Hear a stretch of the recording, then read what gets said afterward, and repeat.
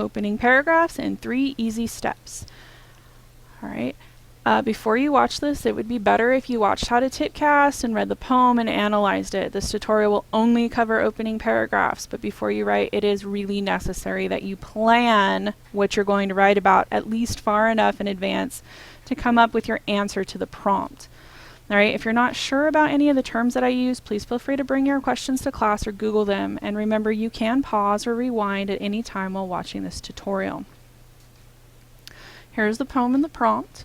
The prompt asks us to identify the central message in Gwendolyn Brooks's poem, Kitchenette Building. All right, and again, I'm assuming you've already done the analysis unit, that you've already analyzed the poem, that you've already come up with an answer to your prompt.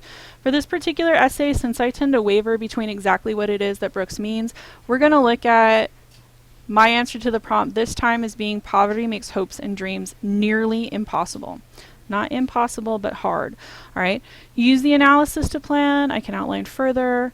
All right. But it's not really necessary to getting your opening paragraph done. Okay. And I know that many of you will never use this opening paragraph formula again, but please, for once, try using it, doing this my way, and see if it works for you. See what you can take away from it. Okay, so step 1 to writing a really effective opening paragraph is to come up with a global statement. A global statement is that big idea behind the prompt that lets us kind of connect to what the essay is going to be talking about in a much broader sense. It should be applicable to everybody. It should be something that's really difficult to argue with. Here's an example. Poetry draws our attention to things that might otherwise go unnoticed. That's true. It's hard not to argue. All right.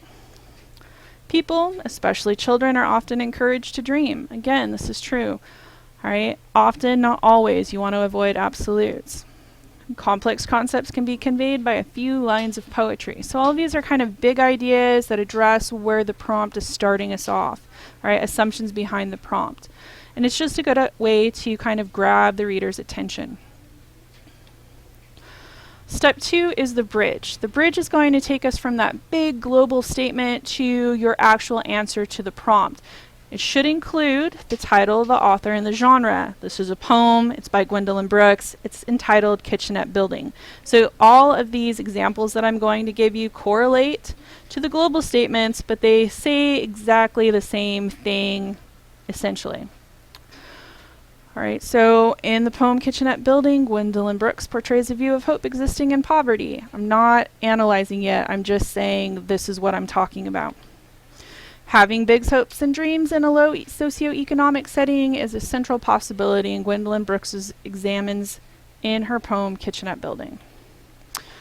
In her poem Kitchenette Building, Gwendolyn Brooks writes about the relationship between poverty and hope. You can see these are all saying essentially the same thing. This is what I'm writing about.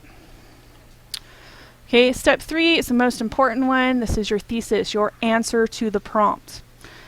Okay, here's an example. Brooks develops the theme that poverty makes having hopes and dreams nearly impossible through figurative language and structure. Notice I'm not giving a topic sentence for each of the body paragraphs I plan to write. I'm just stating in one sentence my answer to the prompt. Same for this example. By using various literary devices, Brooks structures her poem to suggest that poverty makes having hopes and dreams nearly impossible.